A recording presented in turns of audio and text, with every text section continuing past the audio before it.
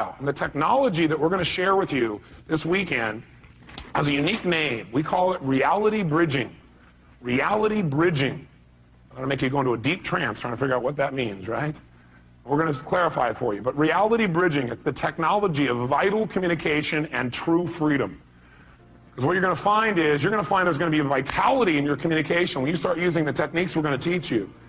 And there's going to be a sense of absolute freedom where you can share with somebody what your real feelings are and never ever offend them.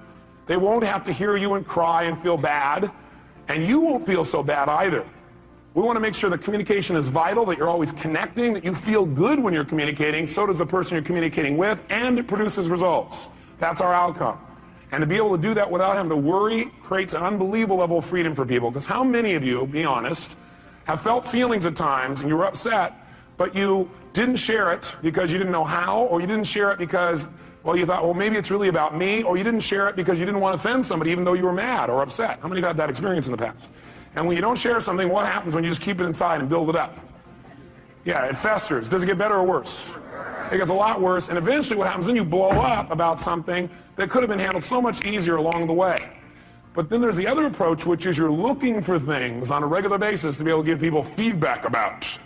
And some people develop that habit. Or you communicate in a way where basically you're communicating your feelings, like you're upset, but do you always have all the information? No.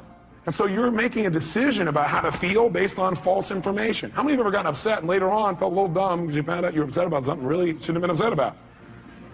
So one philosophy says, keep it inside. The other philosophy says, well, get it out. Well, what if you get it out and then you find out that you were wrong? By the way, do we like being wrong? No. So then what would we probably do? Justify, defend? Well, yeah, I didn't know that, but you've done that before. Right?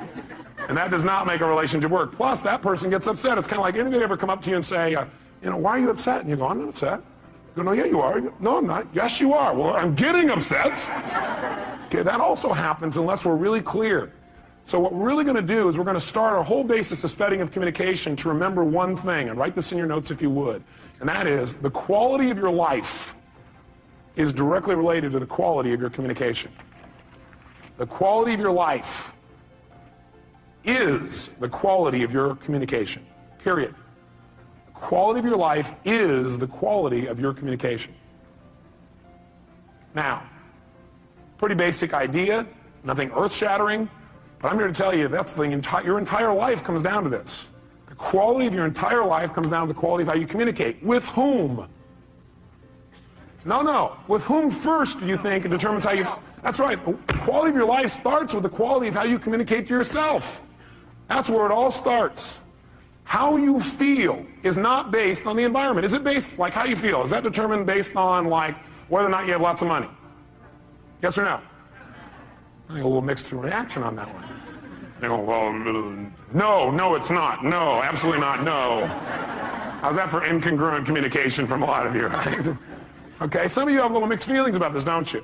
But let me ask you a question. How many of you know somebody who has tons of money and is still not happy? Interesting. How many of you know somebody who doesn't have any money at all but seems to be very happy?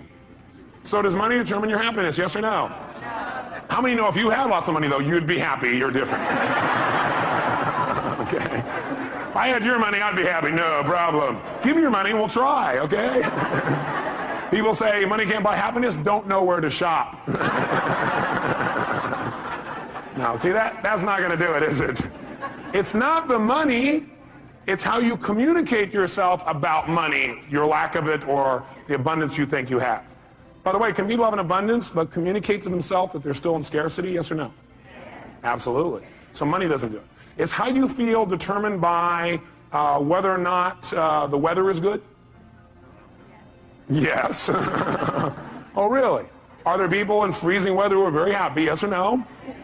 Are there people in hot weather that are very happy, yes or no? Are there people that are in either one of those weathers in the opposite degree that have opposite feelings? Does that transfer you out yet? Yes. See, the weather doesn't determine it. Is it, whether you're happy or not, determined by whether or not other people say they love you? You go, yes, but it shouldn't. So you sit there and should all over yourself, huh? Okay. Okay. You're right, it probably shouldn't, but a lot of us connect that real directly. But I got a question for you. Somebody comes up to you and they tell you, I love you. Or they come up and they hug you. Or they look at you that certain special way.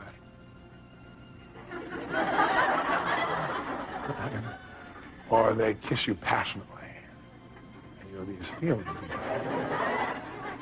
You begin to come to attention, gentlemen.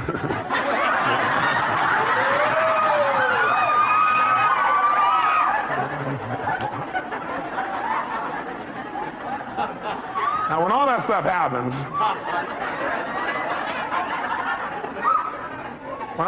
happens, my question for you is, wait, what made all that happen? Was it really the kiss that did it? Oh, yes, sir. No, I don't think so. If that's true, kissing your dog would get you excited. It wasn't a kiss. It was the meaning you associated to that particular moment when tissue touched tissue in that unique way. That's really it, isn't it? It isn't actually... Yes! It isn't actually the event itself, is it? It is rather what we communicated to ourselves about that event. Somebody hugs you and you feel good. Do they make you feel good, yes or no? No, what makes you feel good is you've got a set of rules inside your head that say if somebody touches me quite like this, they look like that, sound, smell, feel like this, then I get to say, ooh. Okay. And so you say, okay, it's time to feel good, and your brain goes, and you start feeling good. Right? So the bottom line is we determine how we feel by the way we communicate to ourselves, by the meaning that we communicate about a situation. See, it's not the event that determines how we feel. It's the meaning that we associate to the event that determines how we feel. And that meaning is something we create and we communicate to ourselves. If you're upset about anything, all upsets come down to the meaning you associate to something. If you're upset about something, it's because you're thinking, well, that's because this means they don't care about me, or this means I'm no longer in control, or this means I'm not respected, or this means. All upset is based on a meaning. And how many times have you been wrong when you linked up the meaning? Anybody been wrong, yes or no? Yes, this means yes, I'll guide you through this, okay? We've all been wrong. So what we've got to really be able to do is to realize one thing, and write it in your notes. Nothing in life has any meaning except the meaning that I give it. Nothing in life has any meaning except the meaning that I give it.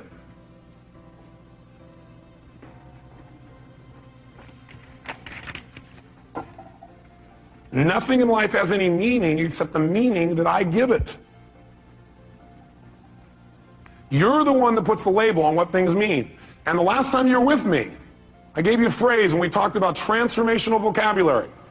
If you recall, transformational vocabulary is the idea that we get all these pictures and sounds and feelings and sensations start to come in our body, but we don't know what it means till we put a label on it. So you get all these things and they feel uncomfortable, they feel kind of painful, and you call that humiliation. Will that intensify the feeling more than if you say, you know, I'm a little frustrated? Yes or no? You better believe it. The label we put on our experience becomes our experience. And we are the person doing the labeling. Now, granted, I'll agree that most of us are on automatic pilot. We're using a labeling and a communication process that we don't even think about consciously. And we can easily point to other people and show how they created that feeling for us. And certainly they helped us to get into state.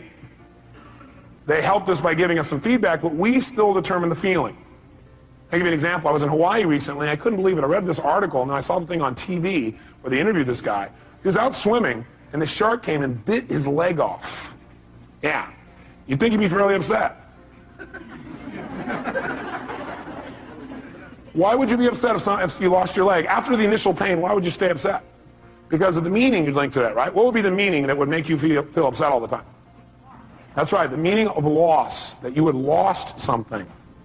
See, almost all pain you're ever going to feel in your life, the pain that people have that makes them upset, it all starts with, I call it emotional anatomy. It all starts in one place. Pain starts with, number one, I'll put it down at the bottom here, a feeling of loss.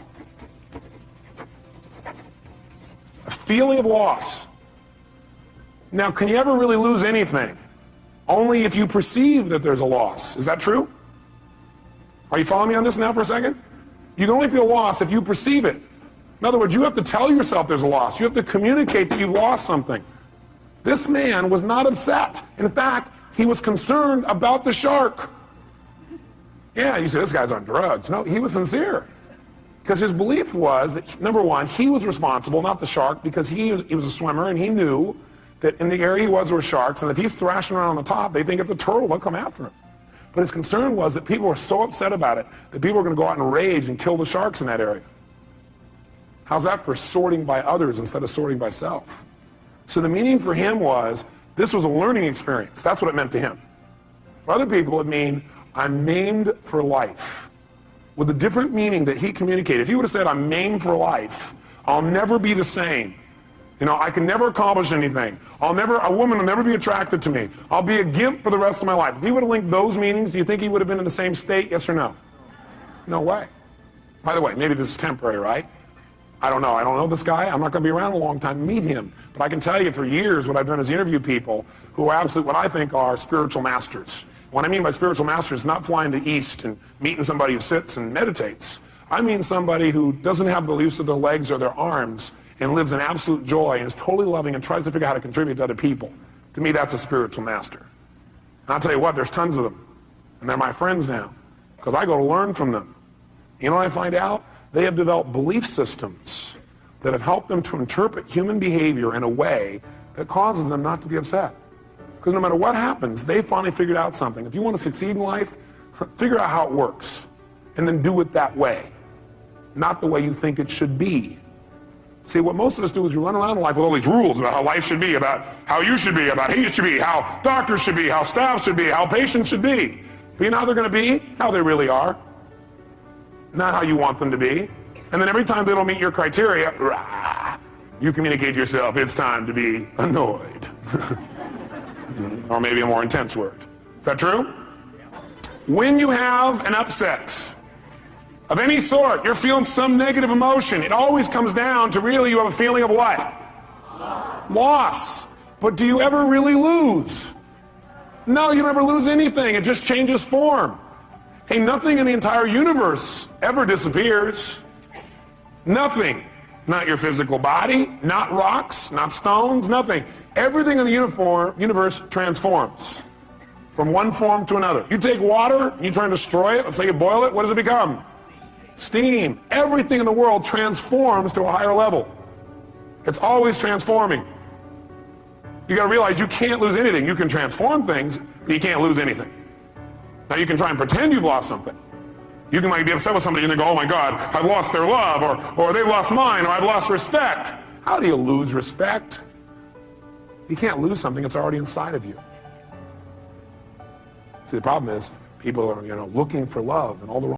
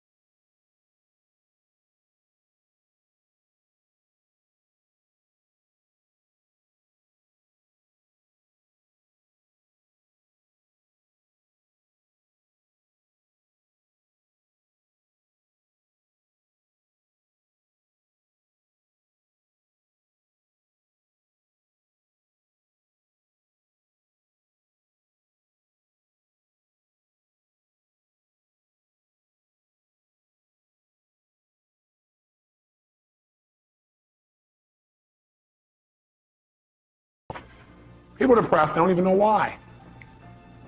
The reason people are depressed, they feel like they're not in control. Like things are happening they're not in control of. They're not able to communicate and get control of their life. And a lot of times depression is directly related to the fact they kept this anger inside and these upsets, and they haven't expressed them, they become depressed. How many can relate to this? Not you, but other people you've seen in real life. I thought so. So the bottom line is, what we've got to do when somebody responds to us with a cry for help is give them what kind of a response? Which of the two responses should we give somebody when they give us a cry for help? A loving response. Is that always easy to do? No. What it requires is you to remember that no matter what it looks like, they're just really crying for help. Somebody's angry! How dare you do this to me?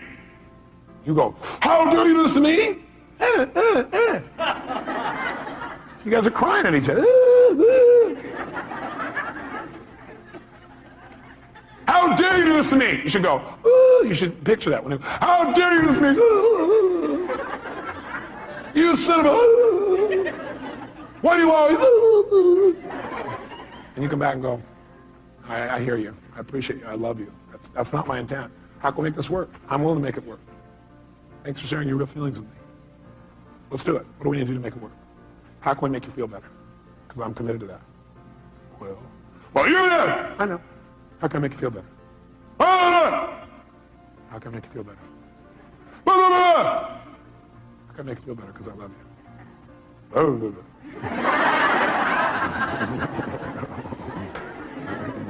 How can I make you feel better? I'm willing to do it. What is it going to take? How can I feel it? What will it take? Let's do it right now.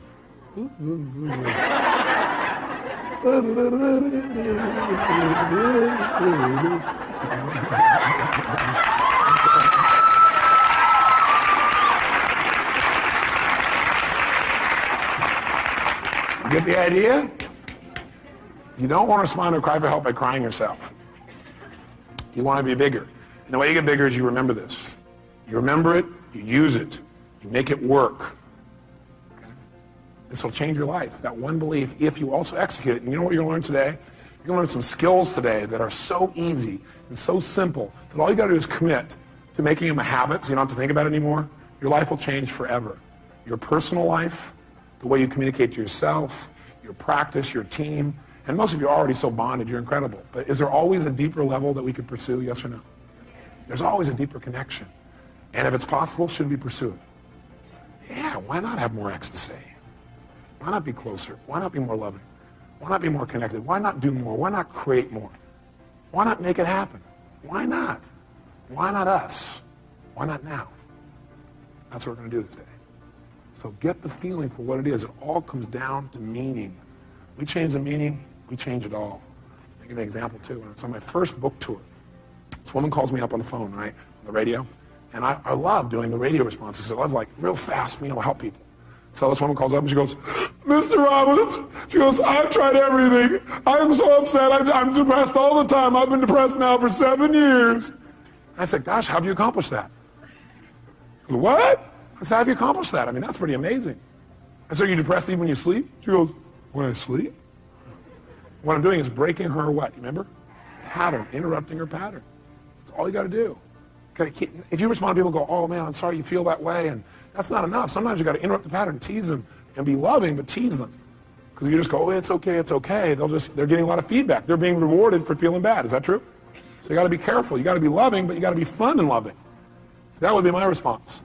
A loving, fun-loving response. An outrageously fun, loving response. That'll break their pattern. Do something they don't expect. So I said, well, what's the challenge? You go, well, it's because my boyfriend left me 7 years ago. He left me. He took my whole life. I said, he took your whole life? Because, yeah, I gave him everything. I said, everything? You kept your voice, I hear. So, well, you know, he gave me everything. My whole life's run forever. Why is she in pain? That's right. She feels tremendous depression, actually, because she's been angry, because she really felt what? Hurt, because she has a sense of what? Are there people who end a relationship and don't feel a sense of loss? Yes or no? Yes, because you have to tell yourself it's a loss. You have to communicate it's a loss. How many found that in the past what you thought was a loss was actually your gain?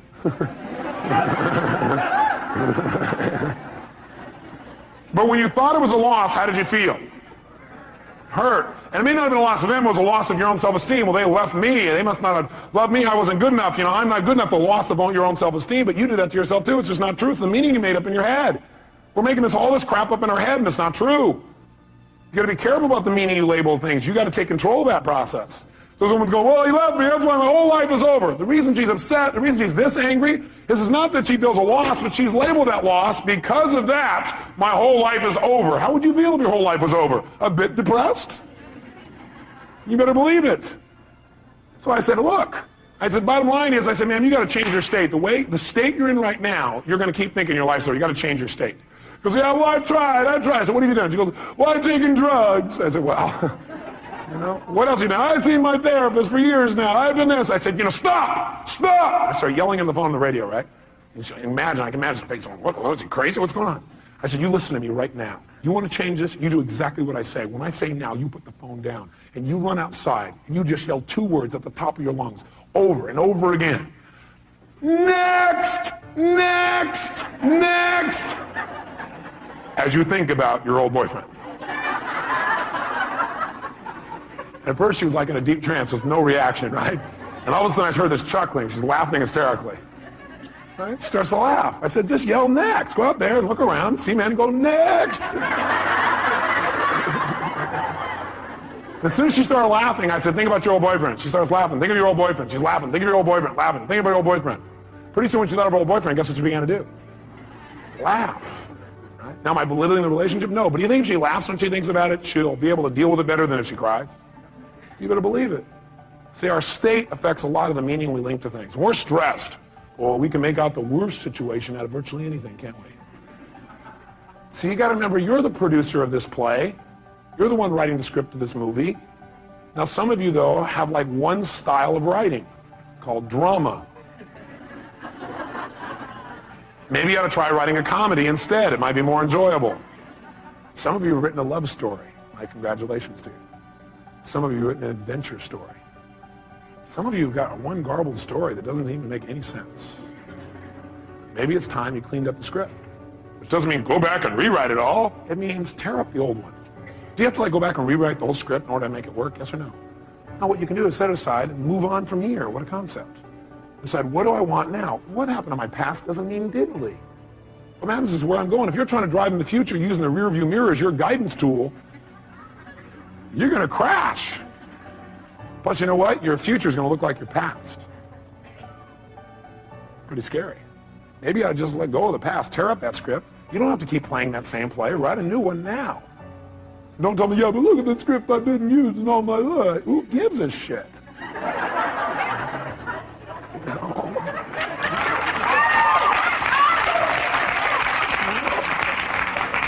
Put it in the circular file and write a new one. Be spontaneous. Maybe you want to write some of it along the way. Maybe you don't have to have the whole thing planned out, every detail, know exactly what's going to happen, when it's going to happen. And then you won't be so upset when it doesn't go the way you wrote the first version of the script. Called your expectations in your head. Maybe then you'll go, well, this script is kind of a guideline. It isn't like my absolute must or I'm going to be peeved. Maybe that would help things a lot. See, the whole key is the quality of life is the quality of communication. Number one, with yourself. Because nothing has any meaning except the meaning you give it. And the meaning you give it is going to determine how you feel.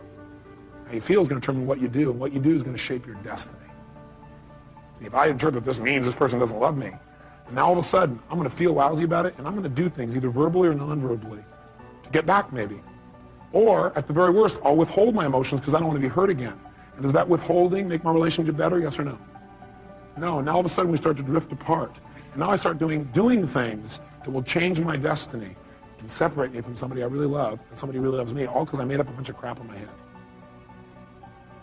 Nothing has any meaning except the meaning you give it, bottom line. And so if we want to change our lives, we really want to make things work, make sure I remember this, write it in your note. It's not the event, it's what we do with it that determines the quality of your life. It's not the event, it's what you do with it that determines the quality of your life. And what we do with it is what we do with it inside of our head. It's not the event. It's what we do with the event that determines the quality of our life. What do we do with it inside of our head? We can take things that destroy other people and cause them to make us better. This whole seminar today you're going to go through is a result of me having an event that was not pleasurable last night. Especially since I was exhausted, I had no sleep. That also amplified my feelings about the situation. And then what happened was I asked myself a question. How can I use this? What's great about this? I was not feeling it was great. How can I use this? What's great about this? My brain started saying what's great about this is it means what we tried to do before this wasn't making sense. We almost had it, but it wasn't quite there. So what's great about this, I found that out because I want to share with you the best. What's great about it is I can use this intense emotion to see what really will work in the most intense feelings I've got. Wow, what a great deal. See, it's not the event, it's what you do with it. And remember, the meaning you associate or assign to something, the meaning you associate, in parentheses, or assign to something, determines how you feel and what you do. So the meaning you associate or that you assign to something determines how you feel and what you do throughout your life. Determines how you feel and what you do throughout your life. Bless you. The problem is, are you communicating to yourself in a way that's empowering or disempowering? And what would you say a good deal of time it is, probably, if you're not totally happy? Disempowering. So the problem is not the event. The problem is the meaning that you're associating to things that's affecting your actions throughout your whole life, determining your destiny, is probably disempowering a good deal of the time. If you're not happy. If you're happy, you're probably assigning a lot of empowering meanings, aren't you? You've come up with some core beliefs and ways of looking at the world that really help you. Help you to evaluate things in a way where you're really in charge, or you're not in reaction. So if we want to really take control then, we got to remember what I've already said. Nothing in life has any meaning except the meaning that we give it. So for example, the doctor raises his voice, says, please give me this. Or maybe he doesn't say please, he says, get me this. He doesn't say the word please. What does that mean? Scumbag doctor, that's what it means. It means he doesn't respect you, right? It means he doesn't care about you, right? Isn't that what it means? If you're upset, that's what the meaning you've attached to it is. How many would agree? What else could it mean? He's angry. If he's angry, or he's stressed, or he's frustrated, does that give him a right to snap at you, yes or no? No way. We're not making him right. We just want to know what it really means first. Does that make sense? How many of you have ever screwed up? Can I see a show of hands? How many of you have ever snapped at somebody and had nothing to do with them? It was just your state. You were so stressed about something else. How many have done this even with people you totally love, like your children? Everybody together, ready? I'll try it again.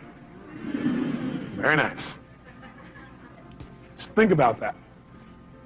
Now, when the doctor does that, instead of going, he has no right to do that, you're right, he has no right to do it. You're absolutely right. And you need to help him so he doesn't do that anymore. You need to help him, not make him wrong. If you make him wrong, is that going to enroll him in not doing this again, yes or no? Doctor, when all of a sudden you keep asking your staff and they don't deliver something you need, does that mean they're incompetent? Mean they don't care? Mean they're not as committed as you? You're working to the bone, you don't have any time? You're not even getting paid, they're getting paid, but they must not care about you. Is that what it means? No. What might it mean? They're overloaded, they're overworked. You beat them to a pulp. They don't want to talk to you because you've been real mean and hard to be around. They're trying to avoid you and stay out of your way because they're afraid they're going to set you off. Oh. I noticed that was a doctor that was laughing. Huh, ma'am? Is that possible? But see, which meaning you assign will determine how you feel and how you treat people. Isn't that true? And it doesn't just stop there. It continues. Because the truth is, most of you don't communicate all that you feel, and it's a good thing. Because words spoken in a moment of anger, some words like that are never forgotten. Now, that's not true. You can forget them, but people think, I'll never forget that. They keep telling them, I'll never forget that. I'll never forget that. I'll never. I will not forget that. They work real hard to remember it. But how many of you have forgotten your own home telephone number, address, or how to spell the word the? So you can forget, can't you? Yes. Actually, forgetting is a very useful tool. I may want to teach you before the weekend's up the power of forgetting. Not forgiving, forgetting. Ready? Is it sometimes useful to forget? Yeah. Especially if what you're forgetting is only your perception.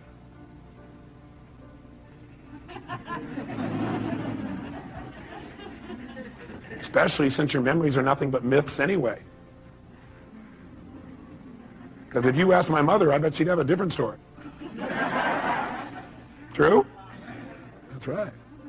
See, the bottom line in life then is we've got to make sure that we assign a meaning that empowers and doesn't disempower. By the way, we don't really know for sure what the meaning is unless we ask. By the way, do we always have to ask? No. Sometimes we can hallucinate that people are coming from the best place. How often would it be useful to hallucinate that people are really coming from positive intention?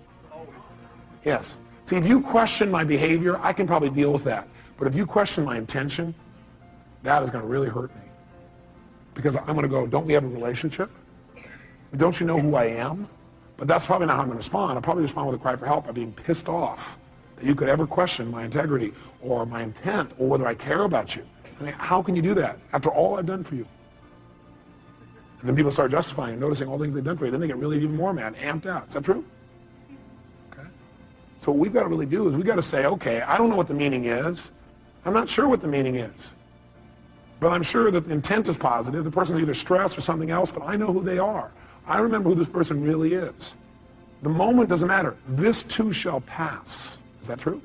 Unless I decide to try and hang on to it, not let it pass. Have you ever tried not to let something pass? It gets to be painful after a few days.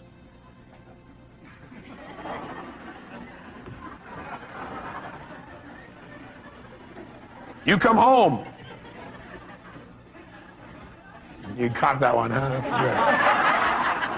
That's right. You come home and your spouse is watching TV again. They're reading the newspaper again. They didn't say they loved you again. What does that mean? Scumbag, that's what it means. Divorce. They don't care. They don't love me. They're not attracted to me anymore. Can't imagine why they wouldn't be attracted to you when you're in this personality.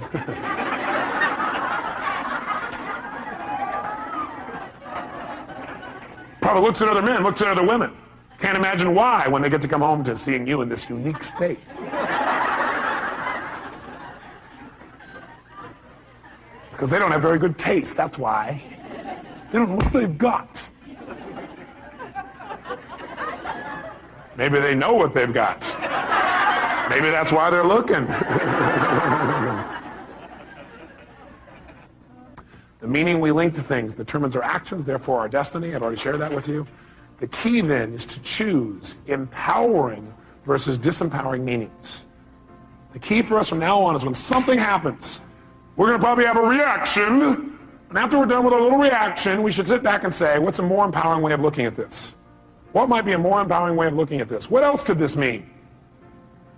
Because I choose the empowering one. I may be wrong. Is it possible the person really is a scumbag? I guess anything's possible. But it probably won't empower you to look at them that way. Because people tend to be whatever you make them. You might want to write that down. People tend to be whatever you make them. Pretty important frame. And I want you to remember this. Write this in your notes.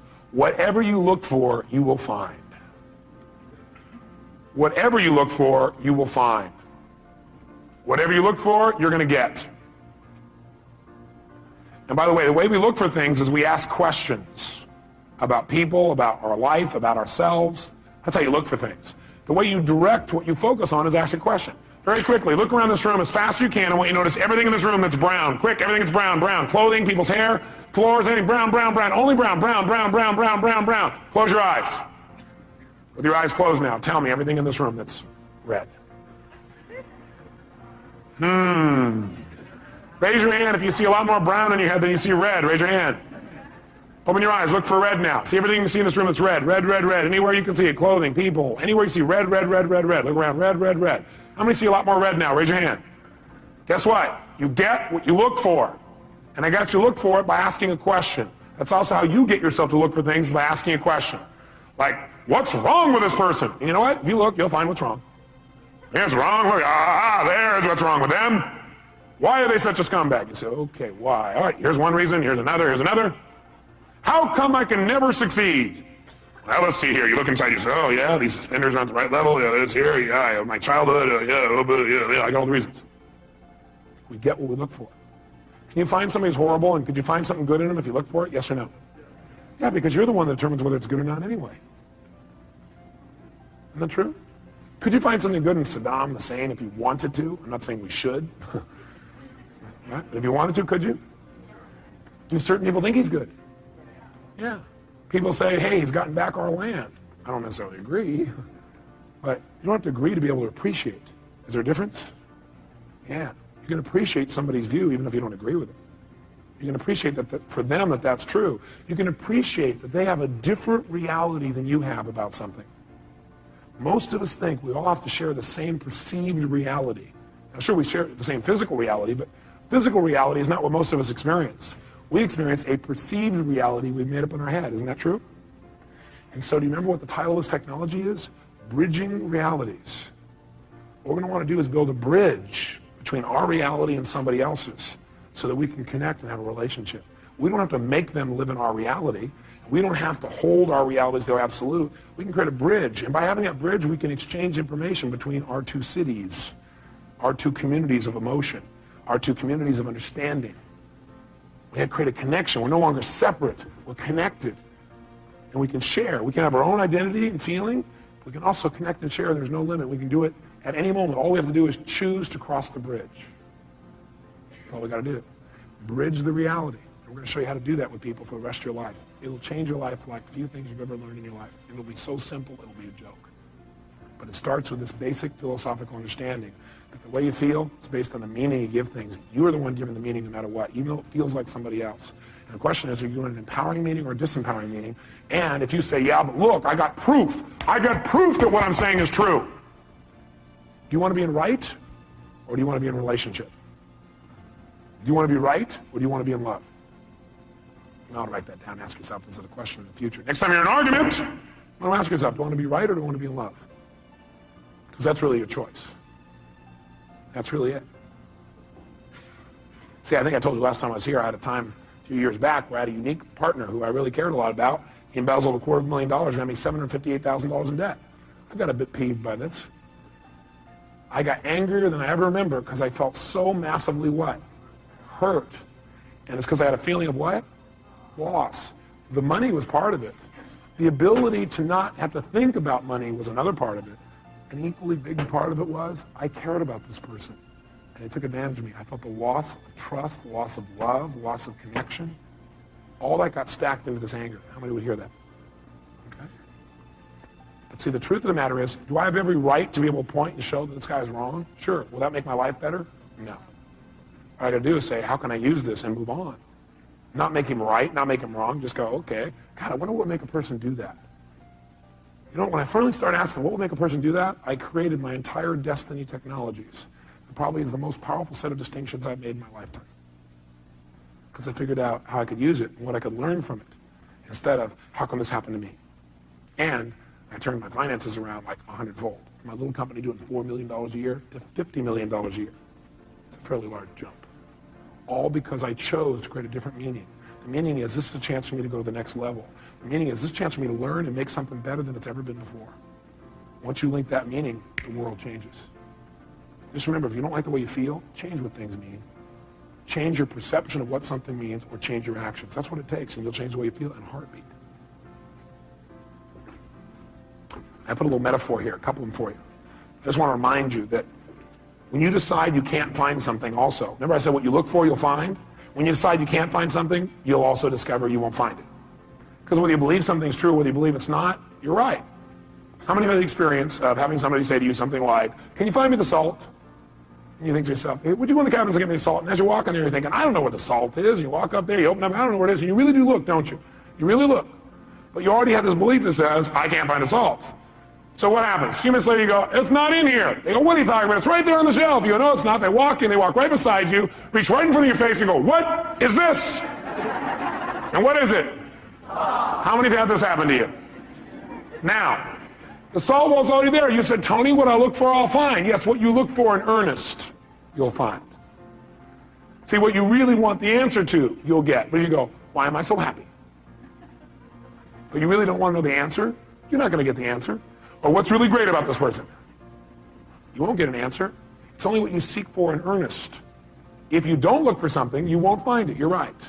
If you don't commit yourself to finding it, you won't. Good thing for you to remember. What do you do when an upset happens? Well, let me give you an example of what I learned from racing school. It changed my whole life. I race cars, formula cars. And so I went to several different schools, by the way, to do this. And I'll never forget, in my first school, the first thing they really taught us at this one school for racing is they said, the first thing you got to do is you got to know how to recover. You know how to recover before anything else. How to drive a car, you guys know how to do. How to go forward, you know how to do that. What you got to do is learn how to recover when you hit the skids in the road. Because if you don't know how to do that, your racing career is going to be rather short or rather painful. And most of you are trying to race through life. And a lot of you are having a rather painful time because you don't recover very well. Or you recover, but in the process of recovering, you smash in everybody else's car along the way. And that makes the next trip around a little resentful for the people. They see you coming by, they kind of avoid you a little bit, going, I'm not getting too close to this doctor, this staff member, this person, this accountant, this secretary, this telephone person, the person around the calendar. I'm not doing that. Because if I do, they're going to smash me up too in the process of them trying to recover. So what they do is they put you in a skid car where they make you go through the process of about to crash, where they knock you off track. And what it is the skid car, they've got a little computer. They fire off this computer, and what it does, it has a little lift, and it lifts one of your wheels, and you never know which direction or when. So you're screaming around the track, screaming, and you're not doing full speed, like 140 miles an hour. They start you a little slower, like we're doing this morning. And you go about 60, 70 miles an hour.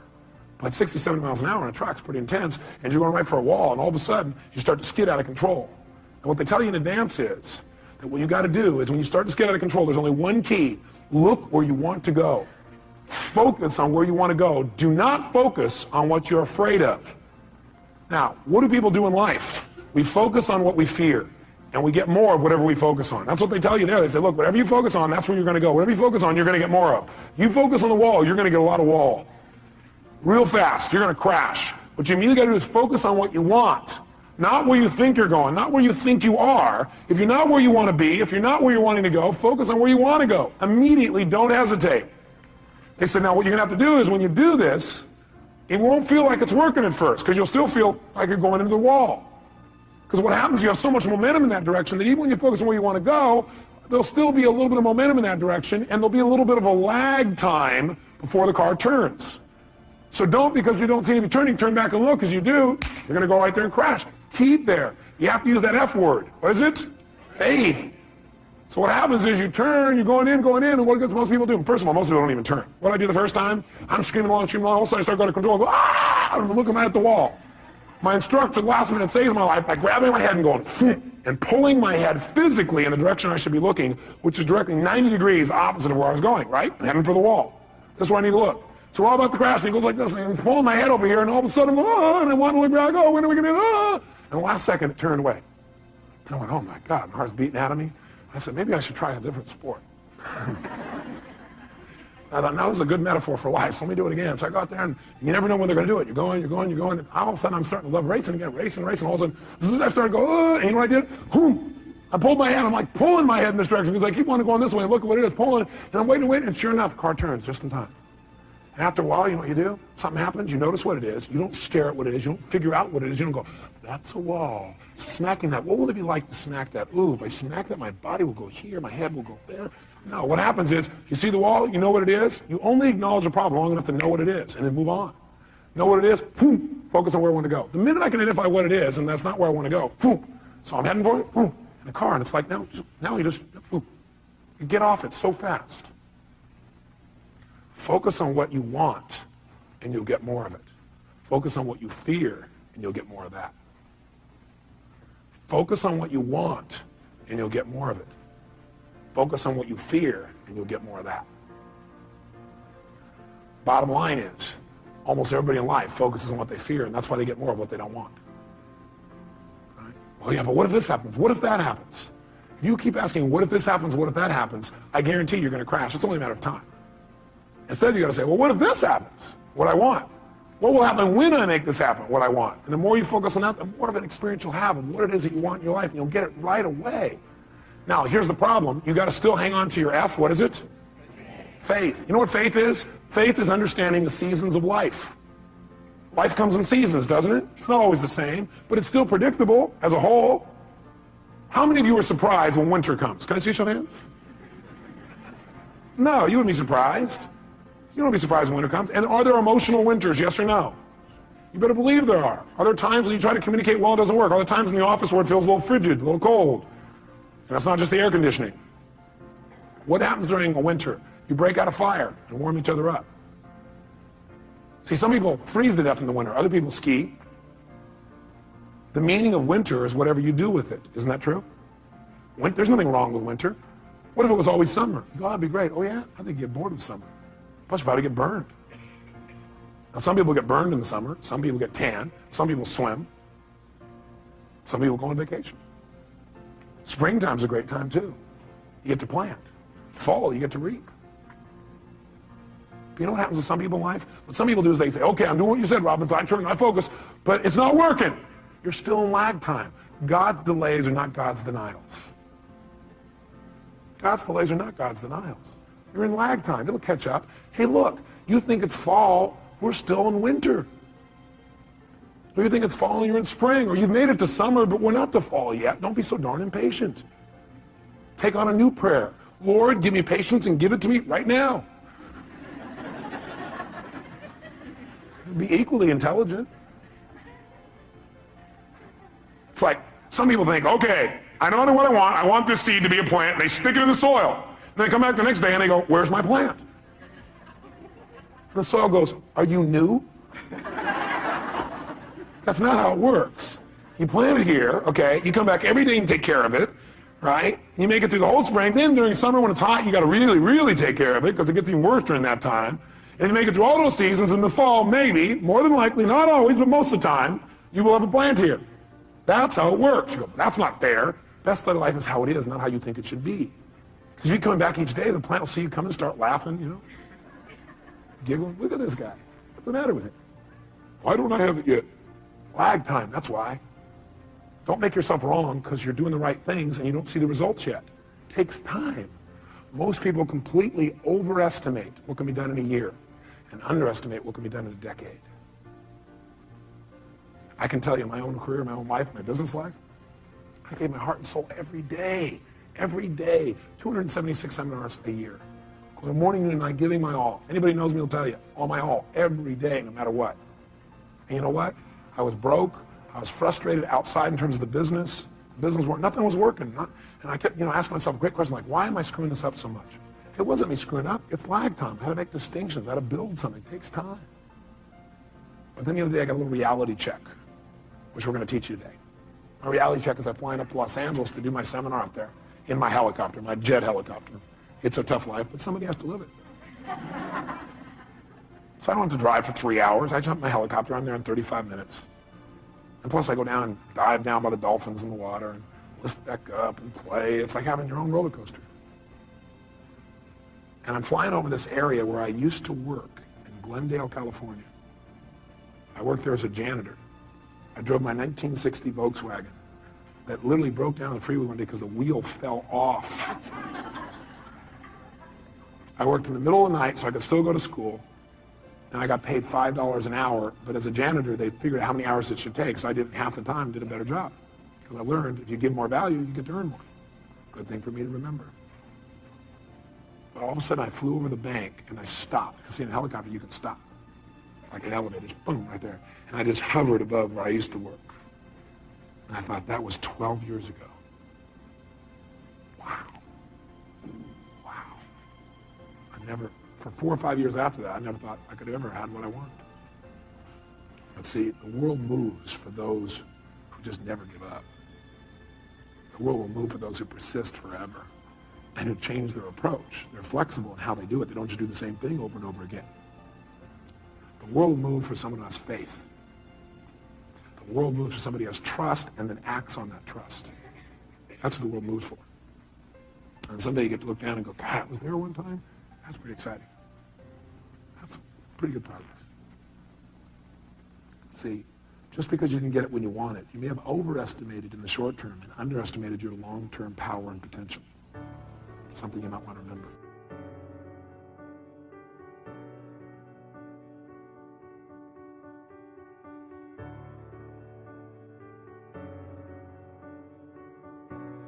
We mentioned something earlier, but I want to make sure you put it in your notes.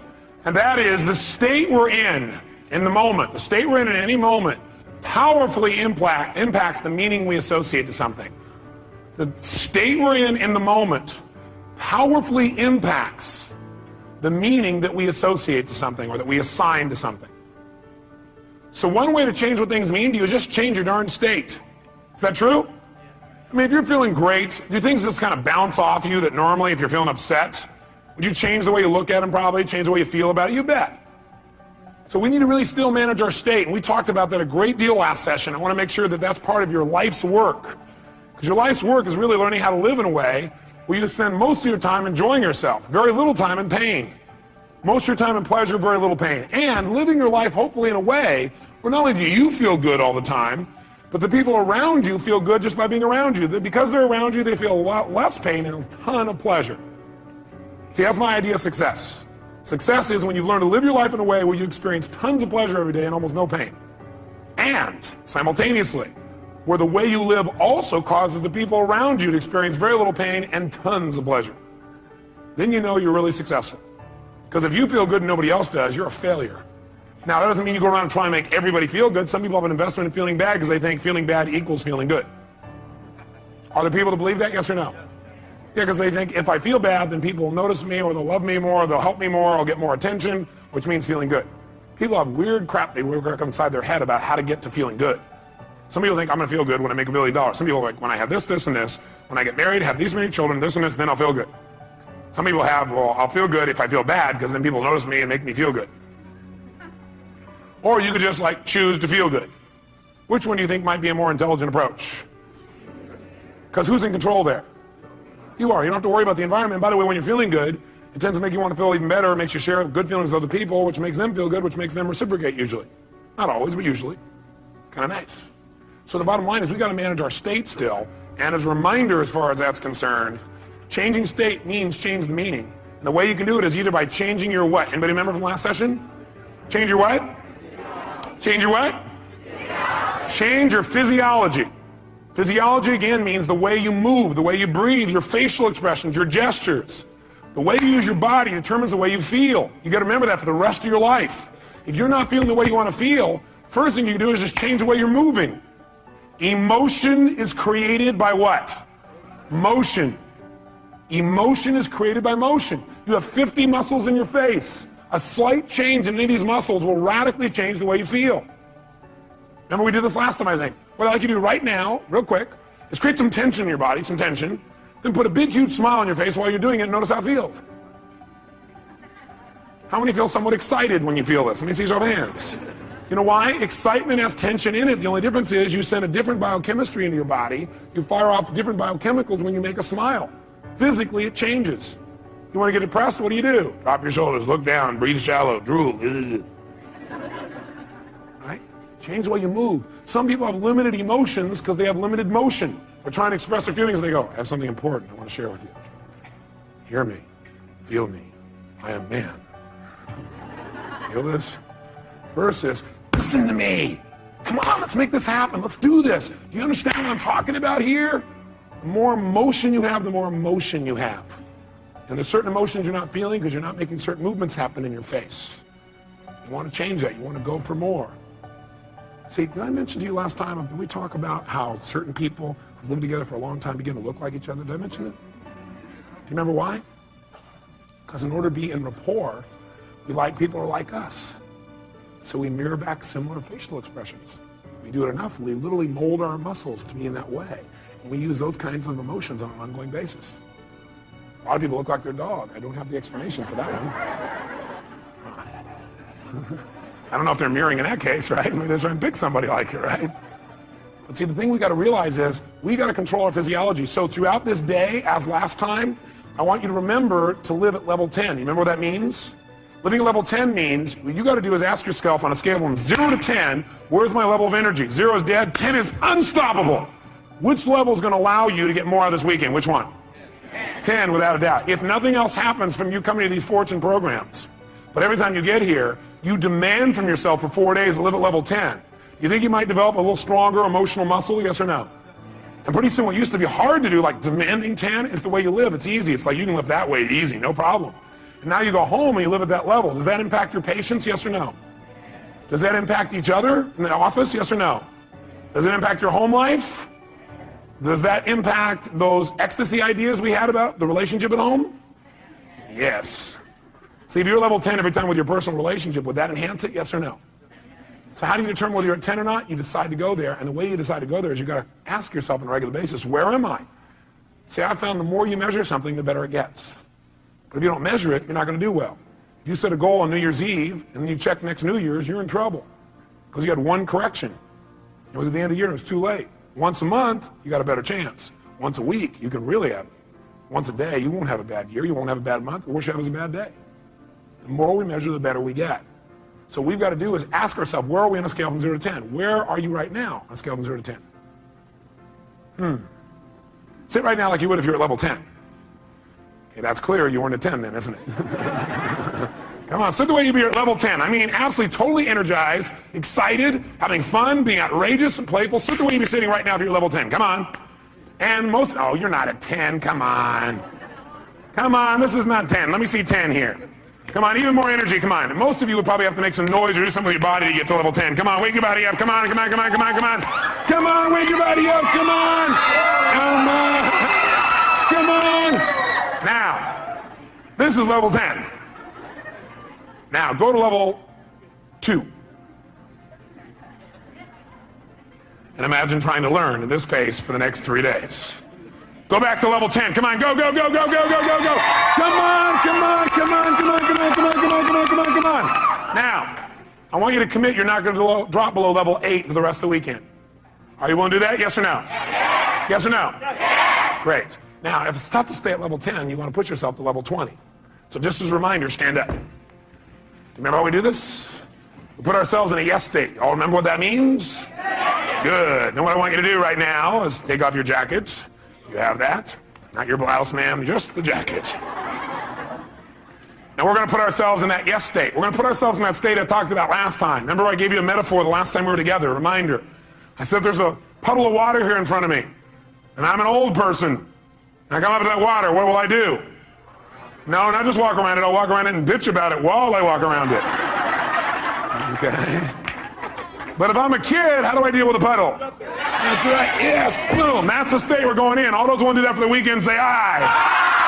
If you were in that state and somebody like came along and said, yeah, how do kids deal with that? They go, yeah. Would that be a healthier response than going, okay. I'm looking for new ways to hiss and get this person. Would that be more healthy, yes or no?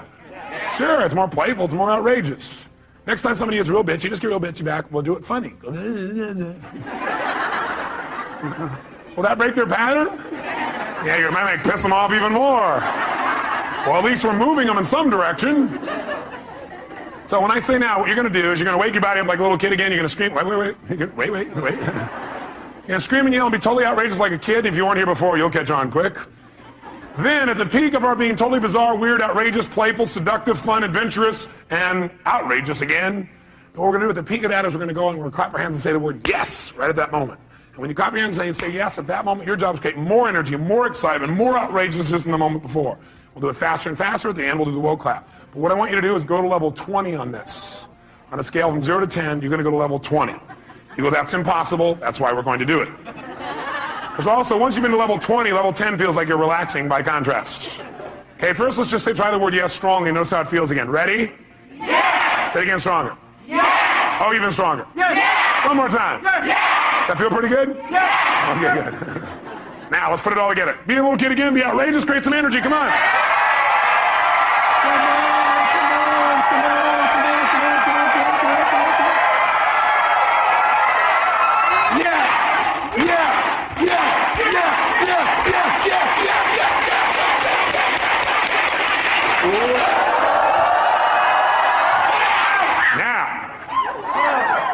How many of you are now at level 3? Now some of you here for the first time going, what have I gotten myself into? It's a cult! It's the yes cult.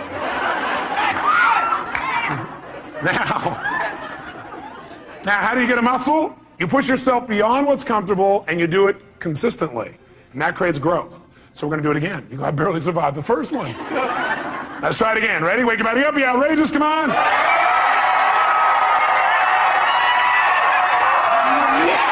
Yes. Yes. Yes. Yes. Yes.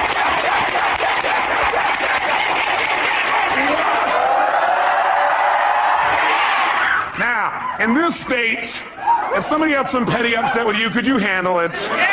Great. Then get a bouncing hug from the person next to you and grab a seat.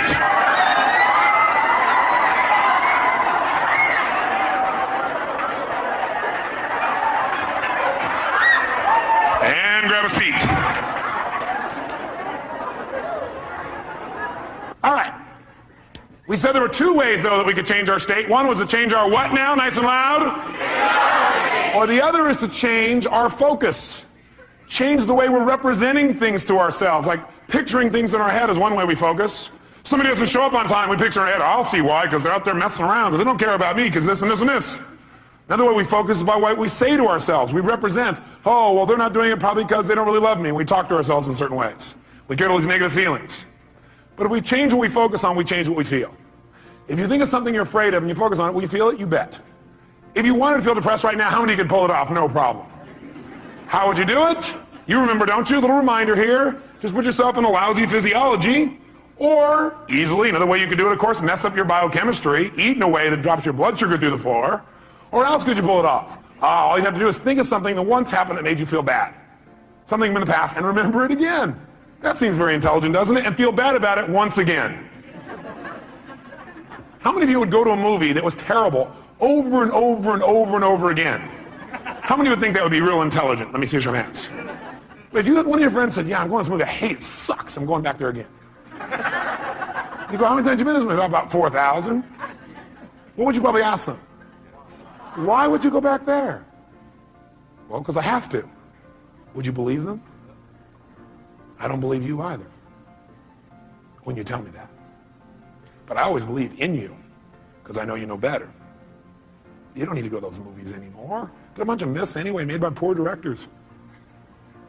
Lousy writers, lousy producers. You're a better producer, director, and writer now. You're probably even a better actor or actress. So why not create it the way you want it instead of seeing the same old movies over and over again? Most producers I know don't sit and watch their worst movies over and over and over again and feel bad about them again. What most of them do is they go, that was part of my learning experience. Time to move on. How else could you feel bad, by the way? You could do it currently, couldn't you? All you have to do is think of something you think you've lost that maybe hasn't even happened. Right? Or think of something that you want but you're not getting right now and feel bad about it. Or you could think of something that hasn't even happened yet and feel bad about it in advance. Couldn't you do that? Like, oh my God, and focus on, what if this happens? Oh God, it feels terrible, oh gosh. Remember, a coward dies 1,000 deaths. A courageous man or woman only once. Because the coward runs it through the head about 8 million times and feels like they're dying 8 billion times. If you have any faith, any courage, then if it really ever does happen, you'll just deal with it once. You feel the pain only one time instead of stacked over and over and over and over again. If you want to feel good, could you do that? Sure. Would a producer go back to some of their best movies and see them again, do you think? Yes or no? Would they even share some of those movies with their friends? You know what some people do? Some people actually take the worst movies of the past and go share them with their friends, their worst movies. Tell them all about all the gory details of it. And the friend goes, yeah, that's really great. Yeah. But see, a real great producer director shows them their current films, shows them some examples of films that are about to come called previews. Previews are rather exciting usually. Or they show them the best films of their past and share those with them so that people get to enjoy more of their life. Maybe even learn something. Who knows? But you can remember something that once happened that was great, feel good about it. You can think of something right now that you could feel great about, or you could think of something that hasn't even happened yet and feel good about it in advance. What determines what you focus on, though, is one thing: the questions you ask yourself. The questions you ask yourself determine what you focus on in that moment. What questions you ask are usually controlled by your beliefs. Because you could ask any question, but unless you do it consciously, you'll just ask the same questions that are in alignment with your old beliefs, your old BS, belief systems. So the bottom line is we've got to ask better questions. And I will tell you the question I want you to learn to ask the next time you get upset with someone. This is the first question I would ask myself if I were you. What else could this mean? What else could this mean? I will know a person is intelligent when I say this and this happened, I started to get upset, then I thought to myself, well, what else could this mean? You know, maybe it doesn't mean what I think it means. Maybe they weren't really being harsh. Maybe what it means is they're stressed. Maybe what I'm hearing from this person about what they said about me is not true. Maybe what it really is a distortion. Not that they mean to distort, but it's a distortion. Maybe what I've heard this person said about me is a deletion. Maybe this person is generalizing. Maybe this person heard it through somebody else. Maybe that person misinterpreted what I said. Maybe this whole thing isn't accurate.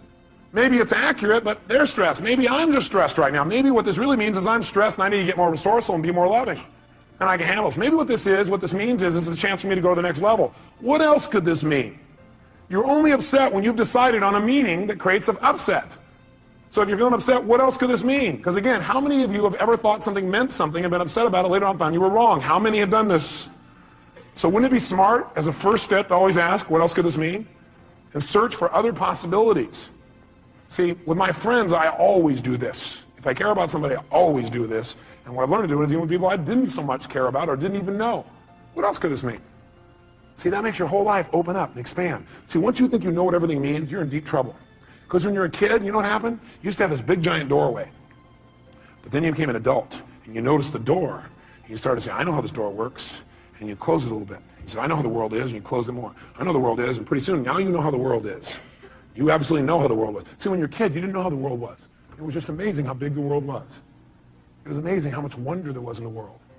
How much you could learn, how much you could grow, how stimulated you were. You were stimulated by all kinds of things because you didn't know for sure what everything was. You're always curious about what things were. But as an adult, you now know what everything is. And if it doesn't fit in there, it's wrong. We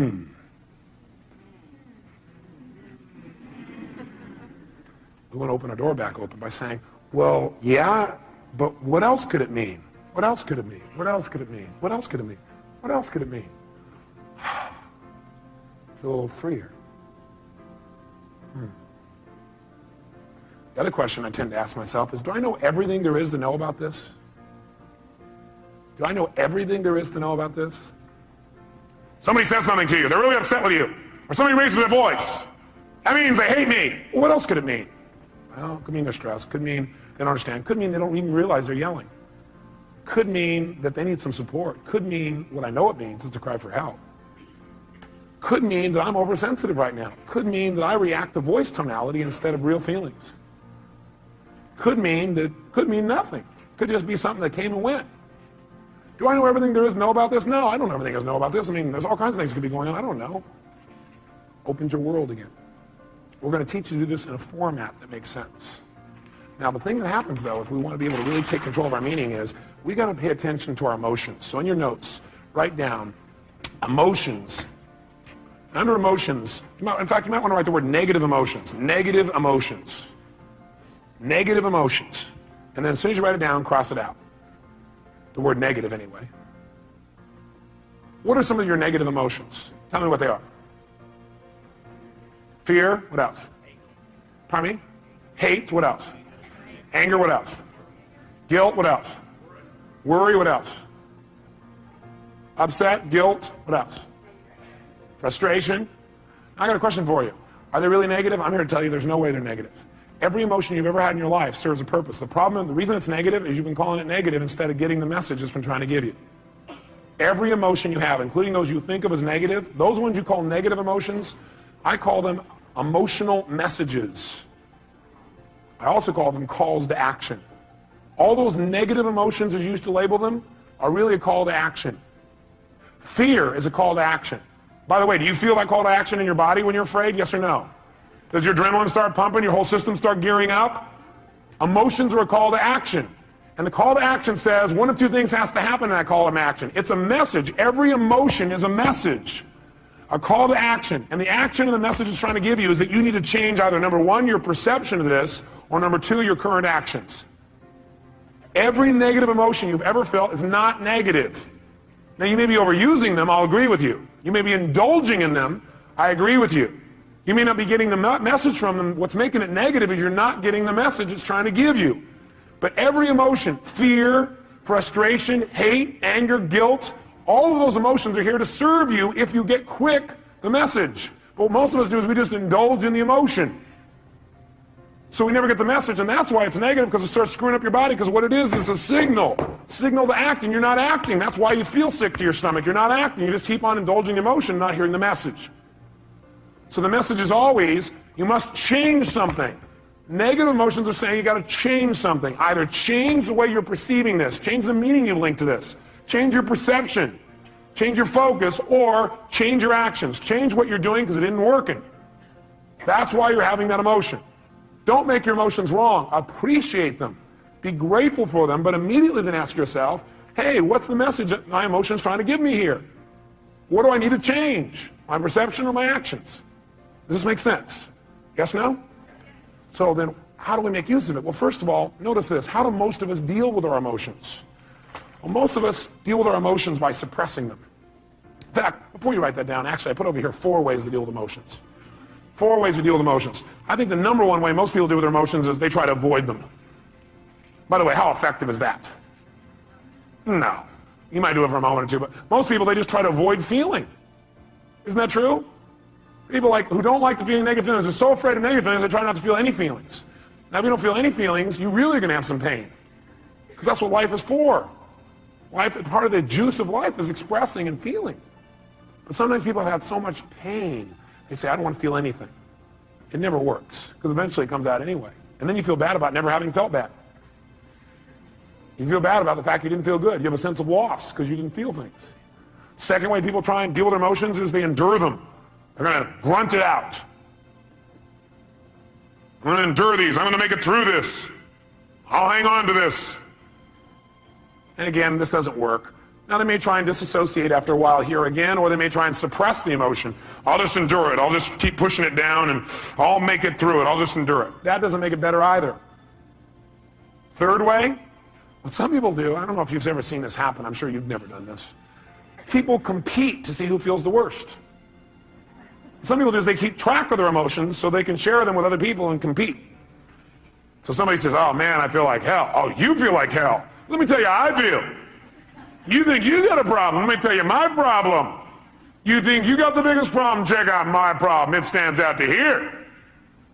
And people sit there and try and argue about who's got the worst problem. Right? Or the fourth thing that I don't have up there that I'd say, the fourth thing that people do is try and share their pain. Share their problem. They think, oh, I can get rid of my emotion by sharing it with others. So they try and get other people to feel bad too. That way we'll be friends. We can share in the pain together. We must love each other. Are these very intelligent ways to deal with your emotions, yes or no? No, you don't want to avoid them. You don't want to endure them. You don't want to compete for who's got the biggest and worst emotion. Try and make yours worse than somebody else's. You don't want to share them. Make them feel bad too. What a friend you are. Instead, what you want to do is step 5. Learn from them and utilize them. You want to learn from them and utilize them. Now, in order to learn from them and utilize them, in order to change an emotion, we have to change what something what's to us. Starts with an M. We have to change what something what? Means to us. When we change what something means, we transform our emotion. We have a transformation. Does that make sense? In other words, if I'm feeling really upset about something, I'm angry, angry, angry. Do I have to communicate that to get off my anger? No, not necessarily. I'm angry because of the meaning I linked up. What if I change what it means in my head and I realize, hey, that's not what it means? Then will I feel angry, yes or no? Yes or no? If I'm really angry about something, I'm angry because of what I've linked up to it. I'm saying, well, I'm angry because they did that and that means this. But if I really analyze it and I look at it for a while and I go, God, that's a bunch of crap. It doesn't really mean that. Then I've transformed my feeling. Do I now have to go to that person and say, what you did made me angry? Yes or no? Yes or no? No, because I don't have that feeling. I truly don't have it. I'm not suppressing it. I've transformed it. Suppression, however, is when you keep the same meaning. That you keep the same meaning. You're upset about something and you keep the same meaning. You don't change the meaning. All you try and do is stuff the emotion. You try to pretend it's not there. That's suppression. So if you keep the same negative emotion, you don't change how you feel about it. You just try and pretend it's not there. That's suppression, and that's when you get in trouble. So our goal is not just to take things and not suppress them and just express whatever we feel, because if you just go express whatever you feel and you don't think it out, are you going to always communicate well, yes or no? No, in fact, you may say things later on you'll regret in the heat of the moment because you were in state. So what you first want to do is see if you can transform it, honestly and sincerely, and if you can't, then your goal is to get someone to help you to transform it. Go to the source and get the source to help you to transform this. Say, you know what, I felt this way about this, I made up this bizarre meaning, I know it's not true, because I know who you really are, but this is like a crap I did in my head, can you help me? I need to change this. Can you give me some more information or some feedback or help me to clarify this thing? Because I kind of screwed this up in my brain, because I know that's not what you meant. That's what I did inside my head. Can you help me out? Is that different than, you know something, the other day when you did this, I felt this, which by the way implies what they did made you feel something. Is that true, yes or no? Does anybody do anything and make you feel something, yes or no? Yes or no? Absolutely not. Absolutely not. Now you have a right to feel the way you feel, but that isn't true that it's actually what made you feel that way. You chose to make yourself feel that way. You communicated that to yourself. So instead of saying, when you did this, that made me feel this, that's implying that somebody made you do something, and that takes responsibility away from the one person who can change your life, meaning you. So I request in the future this. Nothing wrong with any of that. What we want to do is enhance it. The way we want to enhance it is come from the place of, I'm communicating because I want to transform something, and I'm responsible, not them. You know, I need your help. I need your help.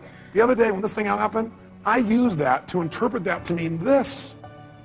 And I know it's not true because I know who you are. I need some clarity. Can you help me out? I got to clean this up. And me. Who's responsible? By the way, will they want to help you? Yes or no? By the way, what you're really doing here is making clear what you're really doing, which is you're doing a cry for help. Maybe not crying, you're making a request for help instead of crying. Make sense? And people hear this is a request for help. Do we want to help other people? Yes or no? Especially us, we're all in the helping business. That's why we do what we do. That's the bottom line. So we're going to develop a format like this where we don't suppress, but we don't just express.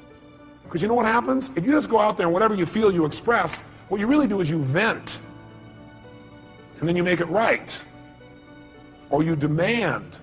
See, venting and demanding does not make communication better in the long term. How many would agree with me on this? Okay.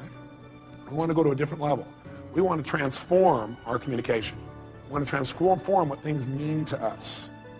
Now, here's what I want to be able to have you do. I want you to be able to take the emotions that you're experiencing and be able to deal with them quickly. So I want to give you 6 steps to changing or dealing with, not dealing with, but I guess utilizing is the right word. 6 steps to utilizing any emotions you feel that you used to call negative, which now I call emotional messages, or calls to what? Calls to action. Whenever you're feeling a negative emotion, which we're now going to call emotional messages, it's a call to action, and it's saying you need to change something. What do you need to change? One of 2 things. Repeat back. What are they? Change either number 1, your what? No, well, you would change your physiology, but if you are getting feedback right now, you're getting a negative emotion, that negative emotion is a message. It's saying you got to change either your perception or your actions. And your actions could be the way you're using your body or your focus or whatever. Change your perception or your actions.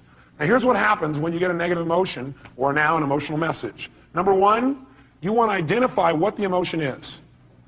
So you're starting to feel negative things. You want to identify what is the emotion. Now when you identify the emotion, what the emotion is, like you're really upset. Ask yourself, well, what am I really feeling? Underneath this, you might write down the question, what am I really feeling? What am I really feeling?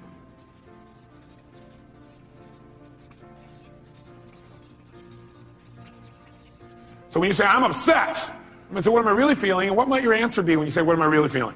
I'm upset with this person. What am I really feeling? I might be feeling hurt. Does that change how you feel in that moment as you identify that? Yes or no? Yes. And when you say, what am I really feeling? You might put a little note in your notes. Use some TV. Use some TV when you come up with your label. Transformational what? Vocabulary. So instead of saying, I'm destroyed, I'm devastated, I'm humiliated, you might say, I'm feeling a little bit hurt. Use TV and use what I call softeners. Softeners are the words like a little bit. So softeners and TV. Here's the second key. Once you've identified what it is, and by the way, usually it's going to be, I have a sense of hurt or a sense of loss. Almost all emotions will probably come down to that in most cases. Is that true? In most cases, not all. Second thing you do, acknowledge and appreciate the message it has for you. Don't deny your emotions. Don't avoid your emotions. Don't suppress your emotions. Don't make them wrong. Don't share them. Start by identifying what they really are and then acknowledge and appreciate the message it has for you. In other words, acknowledge, hey, this is a real emotion. I'm glad I'm having it. It's going to have a great message for me. Then go to step 3. Get incredibly curious. Get incredibly curious as to what it has to offer you, as to what the message is. Get incredibly curious as to what the message is. Underneath this one, number 3, as you get incredibly curious as to what the message is, write down the question. What is the real message this emotion is giving me? What is the real message this emotion is trying to give me? What is the real message this emotion is trying to give me? I'll offer you some ways to do this. Let's do all 6 though so you know where we're going. Step 4. Okay, the question on 3, some of you are still there. Question number 3 is, what is the message this emotion is trying to give me? What's the real message? Number 4, get yourself to feel reassured that you can deal with this emotion. Get yourself to feel reassured that you can deal with this emotion.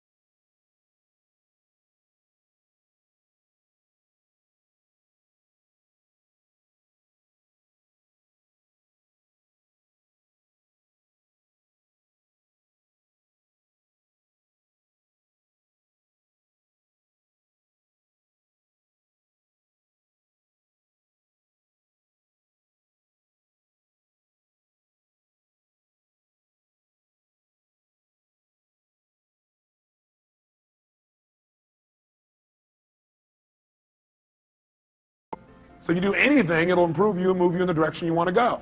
So let's take another example. What's another negative emotion you feel? Let's hear an example of one you felt recently. Somebody raise your hand. Rejection. So what's the first step when you think you're feeling rejection? What's step number one? Come on, guys, what is it? Identify it. Specifically, identify what the emotion really is. Let's call it that. Identify what the emotion really is. Identify what the emotion really is. So you ask yourself, what am I really feeling? So a person said rejection. What were you really feeling? Shh, no, let him answer. That's your answer. His answer was disappointment. Is that different than rejection, yes or no? Yes or no? Yes, and by the way, when he realizes he's just disappointed, it's not as intense as rejection, is it? What happened with one question? His pain just dropped. Still painful probably, but not anywhere near as intense. Am I false or true on that? Okay, great. Now, so he's disappointed. Great, so now he knows when he realizes he's disappointed, he might even add some TV or a softener here. And the softener might be, he might say, I was a what? A little bit disappointed. I'm a little bit disappointed. Okay, that makes it even less. Now what does he do? Number two, does he make himself wrong for feeling that way? Yes or no? Yes or no? What does he do? He needs to acknowledge and what else? Appreciate the fact that he's getting a very valuable message. And it's a message he needs to change something. He needs to either change his perception about it so he's no longer disappointed, or he needs to change his actions so he doesn't be disappointed now or in the future. Step three, what does he need to do? Get incredibly what? Like a little kid? What? Curious. When we're curious, do we learn things more? Do we learn better when we're curious? You bet. So he needs to get incredibly curious about what this message has to offer him. If you were really curious, what do you think that message really had to offer you?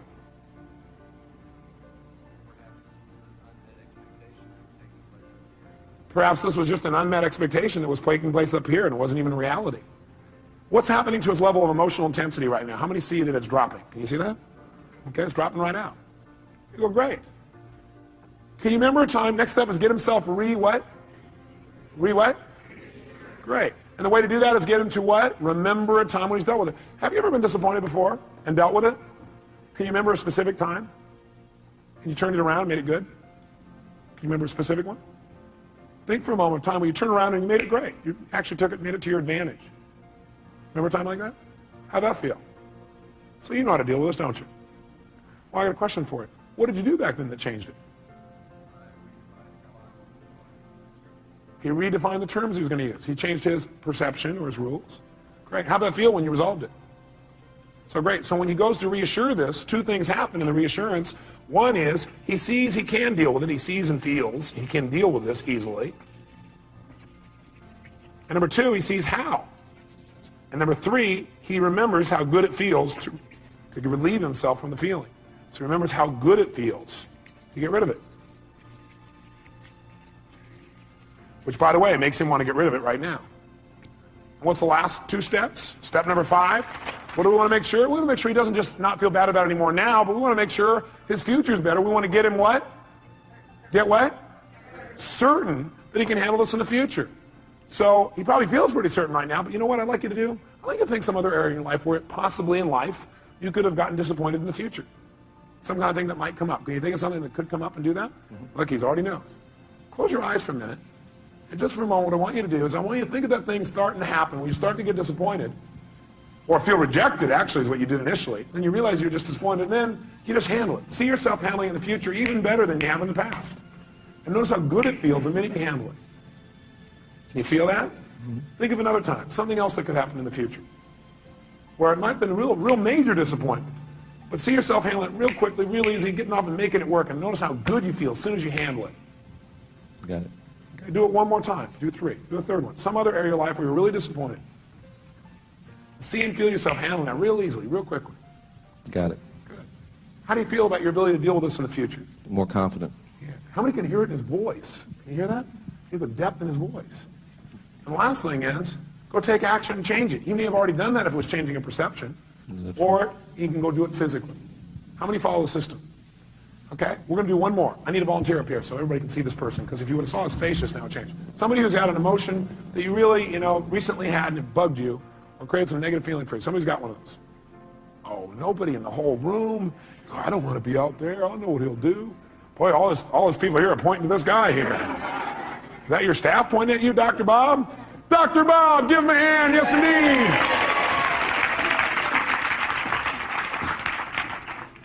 Great. Here you go, sir. He's going to reward you guys for this later. He probably will, actually. That's right. Dr. Bob, what's a negative message, a negative feeling that you've had recently that you'd like to change? You really are committed to changing, but it's been bugging you. Disappointment and rejection. Disappointment and rejection. Well, it seems a lot of that's going around. Must be catchy. It's the rejection virus. People are spreading it. Okay, well, which one would you like to deal with? Or are they tied together? Well, actually, it's probably... What question did he just ask? For him to say, actually, it's, he's already done step one. What's the question he just asked? For him to already say, actually, it's, what did he ask? He first of all started to identify what the feeling really was, didn't he? And the question he asked is, what am I really what? Feeling. What are you really feeling? Anger. Anger. What's that really? Well, what that really is I was angry because I felt rejected. Okay. And I was really disappointed about what happened, the circumstance. So what's he done? He's managed to stack his negative emotions one on top of another. Sure. And by the way, this is unique to Dr. Bob. Nobody else you know does this, do they? But what are you really feeling? All that stuff, what's behind all that stuff? You just really feel what? Rejected. Rejected. Disappointed. I mean, it was discounted by... Does he look like a computer that keeps running the same program over and over again? He said, reject, disappointed. He's running right back through the thing. Do you feel hurt? Yes, yeah. Do you feel rejected or do you feel hurt? I feel hurt. Do you feel disappointed or do you feel hurt?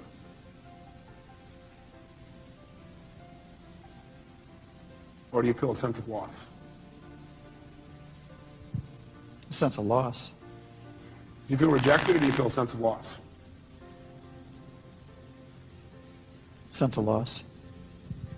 Do you feel angry or do you feel a sense of loss? Sense of loss. Do you feel hurt or do you feel a sense of loss?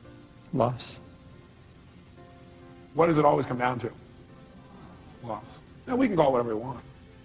Okay? So he's identified it. So, next question is, what do we want him to do? Should he feel bad about having those feelings, yes or no? No, you know what? These are valuable messages that are coming to you. They really, truly are.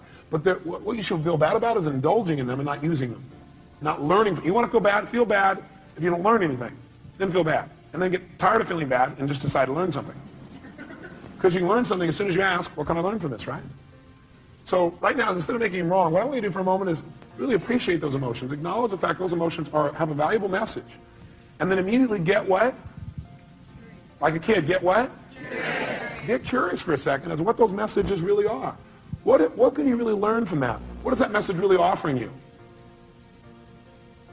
In other words, let's go back up to the first one you said, rejection. By being rejected or disappointed, what is that motion of rejection trying to tell you?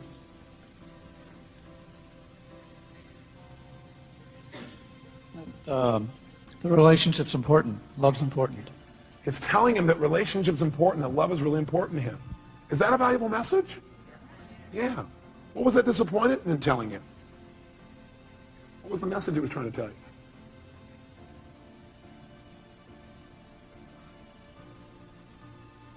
Now, a person may say, I don't know. If you did know and it had a positive message, it's always telling you to change something. It's telling you to change your perception about something, or it's telling you to change your actions. So what is that emotion of disappointment telling you? To change what? What do you need to change? How I love. How he loves. Very interesting. In what way do you need to change how you love? How it's communicated, shown. How it's communicated and shown. How do you need to communicate and show your love more effectively?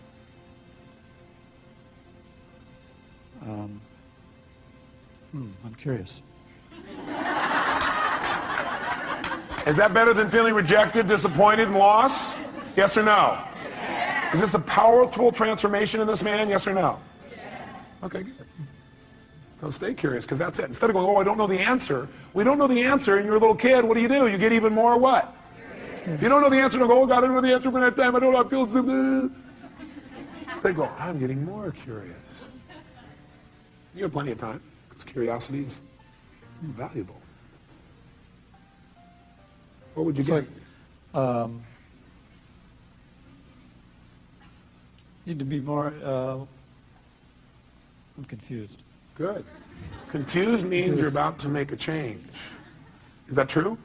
See, when you know what things mean, you'll just keep doing it the way you've always done it. He was not confused when he went, I'm disappointed, I'm rejected, I'm frustrated. In fact, he kept doing it over and over again because he was not confused. He knew exactly how to do that. Now he's confused. His little brain's going, this little computer program's not working the same way. So, So the question always help him out with is, what do you need to change in order to no longer feel this? You need to change your perception or your actions or both. And what do you need to change about your perceptions? What do you need to change about your actions? You may want to write that down. Go ahead.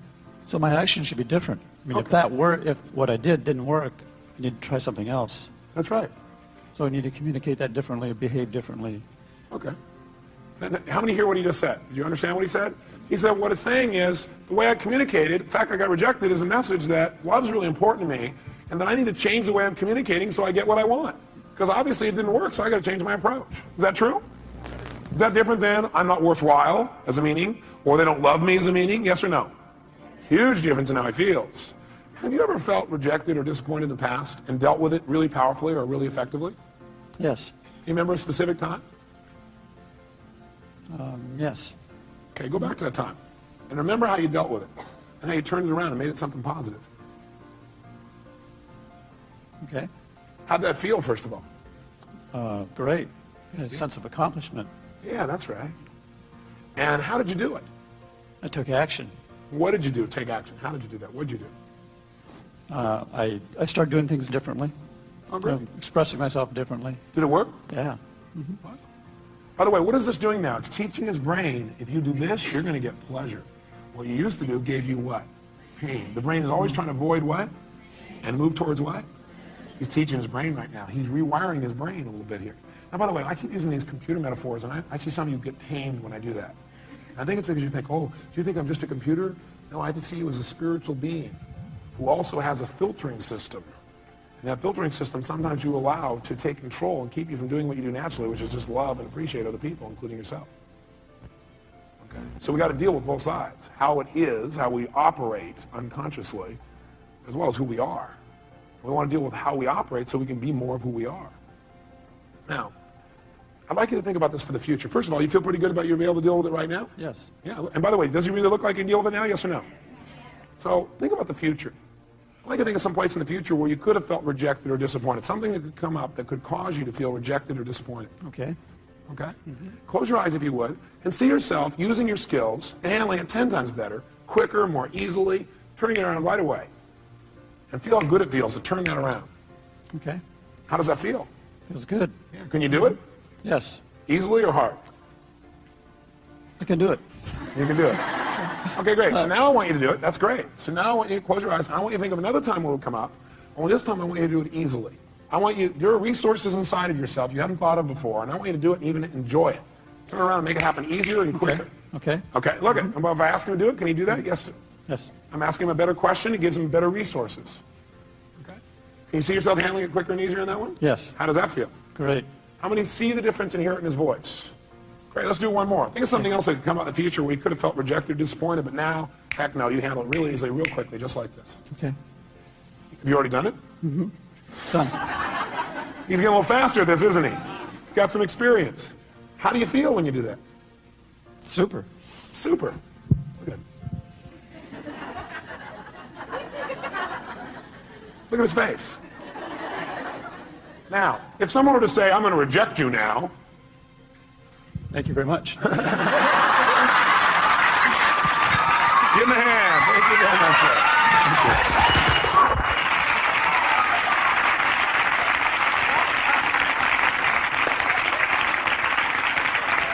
So, I want you to try this. Let me help you another step.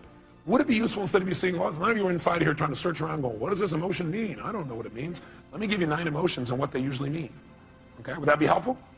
Great, sit up in your chair with some energy then, put yourself in a peak state, and let's take a look at what 9 of these emotions, or 8 or 7, or whatever I put up here are. Number 1, fear. So if you're feeling fear, what does that mean usually? What's the message? The message always is that you need to change something. Is that true, yes or no? So every negative emotion means I've got to what? I've got to what? Change something. Either my perception or what I'm doing. Fear means that you got to prepare for something. You're afraid because your brain's saying message is prepare. Change what you're doing and get more prepared. Prepare for something that's going to happen so you're better prepared for it physically. Now sometimes we just indulge in the emotion and we stay in the fear and we really are prepared. For example, let's say you're going to get up to speak in front of a group and you're prepared but you still have fear. It's because you got the message, you did the work, but you didn't shut the emotion off and say, you know, I am prepared. No reason to be afraid anymore. I'm ready. I'm ready. You never told your brain, it's okay. You don't have to give me a message anymore. I've done my work. Okay? So it's saying you need to prepare for something. Maybe it's a physical challenge. Maybe it's preparing for some loss that may be coming up. Something's about to come up and you need to be prepared for it. Okay? Just get prepared.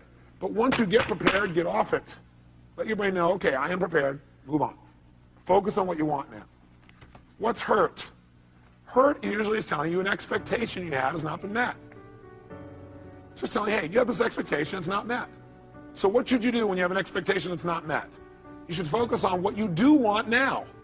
Write down your notes. Focus on what you do want now. Don't keep focusing on why you're disappointed or how somebody disappointed you or how you feel so hurt by them. Okay? An expectation wasn't met and you need to change your approach. Focus on it. Or it means you need to change your communication. Hurt means you expected someone to treat you a certain way and they didn't treat you that way. So you need to change your communication. You need to come to them and say, you know, I need your help. You know, when you communicate that way, in the past I've interpreted that to mean you didn't care. I know you care because I know how much you love me and I love you. But you know, could you help me out this way? What does it really mean to you when you do that? And then listen. Say, you know, in the future, I'd really appreciate it if you do it this way instead. Would that work for you? Would you be willing to do that? Okay, great, fantastic. It's a message that says you got to communicate your needs better if you're feeling hurt. Hurt means I need to communicate my needs better. Or hurt also means I need to meet someone else's needs. So you feel hurt because you didn't meet their needs. That's why they didn't meet yours. Either you're not meeting their needs or you're not communicating how to have your needs be met. Or you have an expectation, you need to move on. This is not going to work out, so focus on what will. Third, anger. Anger is a message that says you have a major rule that's been violated. When you're angry, you have a rule that's been violated. We all have rules about how things must be and how they should be. And boy, some rules, if somebody violates some of our rules, man, we really get angry, don't we? By the way, you may also be angry because you violated your own rules. Is that true? Yeah, you're not doing what you believe you must do, and then you get angry with yourself. Sometimes we get angry with ourselves, we spread that out towards somebody else, find somebody to lay blame on. 4, frustration. Frustration is a message that what you're doing isn't working, and that you need to what? Change. If you're frustrated, it means you still can succeed, but you got to change. If you're frustrated, it says, God, something's here and you know you could succeed, and you're frustrated because what you're doing isn't working. Change and you can still get what you want. Flex. Disappointment. Disappointment's a message, again, you expected something to happen, it's not going to. So immediately focus on what you want now. Focus on what you want now. It's a message that you have to get off it. You need to let go of something and move on and focus on what you want now. Guilt. Guilt is a powerful emotion if it's not abused and overused and indulged in. Any of these emotions are lousy if you indulge in them. Would you agree with me on that? Sit there and indulge in your fear and your hurt and your anger. Indulging means you keep focusing on the feeling instead of getting the message and moving on and learning. Guilt, though, can be valuable. It's telling you you have violated one of your own standards, and you need to do something immediately to be certain you won't do this again. You're having that pain of guilt because your brain is saying you just violated one of your most important standards of your life. You violated one of your own values. And you're going to keep getting this pain until you make yourself certain you're not going to do this again. You know what some people do? They just keep going back and feeling guilty about what they did in the past. The message is saying, get clear you broke your own rules and commit no matter what, you're not going to do it again. Make it clear, be certain you're not going to do it again, and your guilt will go away like that. Because that's the purpose of guilt, to make sure you don't violate your standards and make sure you do it well in the future. Could your standards be unreasonable? You bet. There's a woman in this room I heard about was feeling guilty because last night she came here and she wasn't with her kids on Halloween. Oh my God. Can you believe that? Let's all look at that person. I don't know where they are. Let's pretend we can see them and give them dirty looks. How dare you? Come on, every turn the person in. How dare you? Now, you know something's funny? We all have rules. Are rules always fair, yes or no? No. Sometimes we have totally unreasonable rules. Like in order to be successful, we have to change the entire world tomorrow, have everybody be happy all the time, have everybody love us at every moment, have our kids be thrilled, make $8 billion a year, right? It's been pretty hard to meet that rule. So sometimes the feedback you're getting about frustration or disappointment is, sometimes it's saying, you got totally unfair rules for yourself. Sometimes when you're angry, it may be saying, your rules are too stringent for other people. Maybe you need to remember about those people with quintuplets. Have a few less rules. You have a lot less anger. Does that make sense? 7, if you feel overwhelmed, helpless, or depressed. Overwhelmed, helpless, or depressed, that's a message. And the message that your brain is giving you is, you're over-chunked. What people usually say is, oh man, there's too much, I gotta change everything in my life. You can't change everything in your life at one time. Do it a step at a time. Where do you start? Where you are. Sit down and reprioritize. Overwhelmed or depressed says, sit down and prioritize. That is, just write a list of what's most important for you to do. What could you do right away to start feeling better? What could I do right away to start feeling better? What could I do to take control right away? It won't solve it all. Just what could you do? Make a list in order. And then go do the first one. Take action. This is saying, overwhelmed is saying, you got to stop trying to do everything at once. You need to make a list of what you need to do and do one thing well. As soon as you do that one thing well, you'll feel like you're in control of your life. You keep one commitment to yourself, and all of a sudden you feel good again. You start feeling like you're in control. You don't feel depressed anymore. How many buy this theory? I tell you, if you do it, it'll work.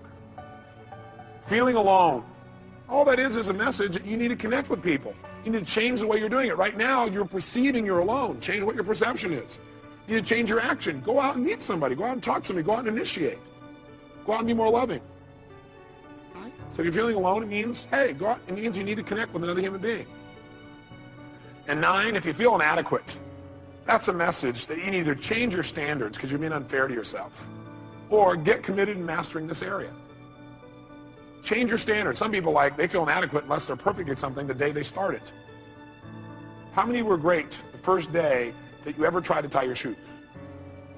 No. How many of you are confident in tying your shoes now? Can I see your hands? How many are real confident? No. How many feel like, man, you can flat out tie your shoes, no problem? Let me see if hands here. No problem. Why? That's right, because you do it all the time. So you do anything you do over and over again, you get good at. If you're feeling inadequate, it may be because your standard is you're trying to be perfect the first time. You're not going to be perfect the first time. How dumb. Okay? Does this list help you? Yes or no? Great.